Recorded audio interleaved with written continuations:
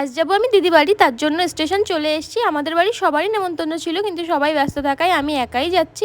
এর মধ্যে ট্রেনটা চলেও এলো, আর আজকে না ট্রেনটা অনেক ফাঁকা ছিল। বনগা লোকাল তো এরকম ফাঁকা থাকেই না।